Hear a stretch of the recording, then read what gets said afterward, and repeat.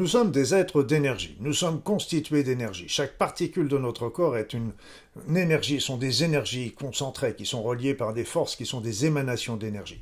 Nous avons besoin d'énergie pour vivre, tout comme nous avons besoin d'air, d'eau et d'aliments. De la même façon, ça se produit d'une manière inconsciente.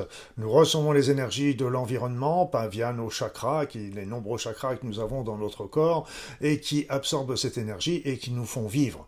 Une expérience avait été faite ainsi sur des pauvres lapins mis dans des cages plombées et qui ainsi les coupaient des énergies environnementales, et ces pauvres lapins décédaient alors qu'ils étaient nourris, hydratés comme à l'habitude. Ils décédaient au bout de quelques jours parce qu'ils étaient privés des énergies nourricières. Donc ces énergies, nous en avons besoin. Mais c'est évident que, en fonction de nos activités, en fonction de notre état général, en fonction de notre sommeil, et en fonction d'un certain nombre on peut avoir des fuites énergétiques, on peut avoir des entités qui veulent venir pomper notre énergie également, eh bien, de temps en temps, nous pouvons avoir des baisses énergétiques. Des baisses énergétiques et... nous avons perdu l'habitude de capter les énergies. Nous avons perdu l'habitude de capter les énergies alors que les énergies sont en abondance autour de nous, comme vous le savez. Mais rappelez-vous que je vous ai indiqué dans une petite vidéo comment capter les énergies quand vous avez des énergies qui sont basses. Mais il y a aussi un autre phénomène qui peut arriver, ce sont les vols d'énergie. Les vols d'énergie peuvent être d'abord liés à un lieu de bas niveau vibratoire, et donc comme un marais, comme les endroits stagnants, comme les endroits qui ont eu ou qui ont connu des violences, des guerres, etc. Donc ces endroits peuvent pomper vos énergies. Ça, c'est le premier plan, mais bon, ça, il suffit de changer de lieu pour solutionner le problème. Le deuxième plan est un plan beaucoup plus général, beaucoup plus fréquent. Ce sont les vols d'énergie interhumains. Et parce que beaucoup de personnes se sont aperçus que, inconsciemment, tout ça sont des processus inconscients, qu'ils étaient faibles au niveau énergétique, donc ils ont réalisé un certain nombre de protocoles qui vont leur permettre inconscient toujours, non volontaire, j'insiste là-dessus, et qui vont permettre de voler l'énergie des personnes de leur environnement, des personnes proches. Comment font-ils? Eh bien, il y a plein de solutions pour faire ça.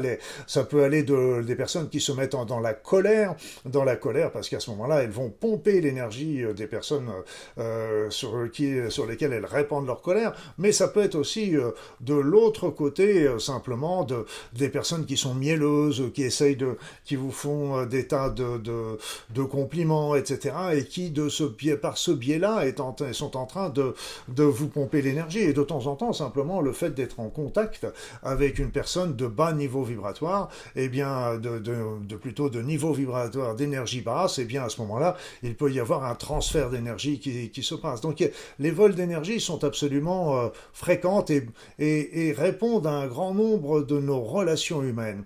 Alors, ce qu'il faut bien savoir aussi, c'est que malgré tout, il y a quelques sorciers maléfiques qui aussi sont des spécialistes de venir pomper les énergies des autres pour développer ainsi leur propre puissance et donc leurs actions maléfiques. Donc il y a aussi des spécialistes, mais Dieu merci, ils sont assez rares.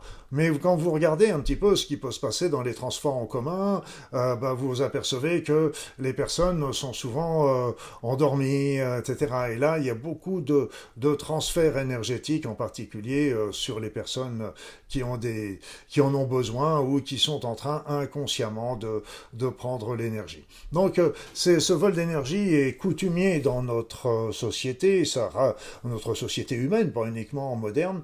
Eh bien, c'est coutumier. Donc, ce qu'il faut bien comprendre, c'est que la première chose, si c'est des vols énergétiques par d'autres êtres humains, c'est qu'il faut bien savoir que la plupart du temps, ce n'est pas volontaire. Mais il y a des personnes qui sont très fatigantes.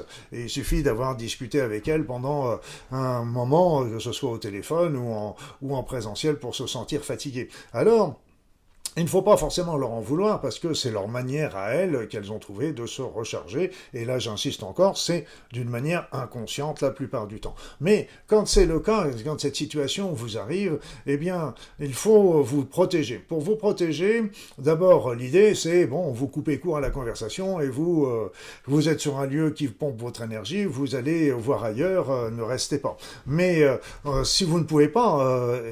partir, vous défaire de cette personne parce que c'est important au niveau de vos relations professionnelles ou que sais-je, eh bien à ce moment-là, faites toujours attention, vous pouvez avoir plusieurs petits conseils qui vont vous aider. La première chose, c'est d'éviter de vous connecter, de vous concentrer sur cette personne. Parce que plus vous vous concentrez sur elle, plus le transfert d'énergie sera aisé. Donc essayez de continuer votre conversation en pensant à autre chose. Par exemple, moi je m'amuse à penser au pied dans ma chaussure et je bouge mon pied dans la chaussure pour avoir mon attention qui est sur le pied tout en essayant de continuer la conversation avec la personne.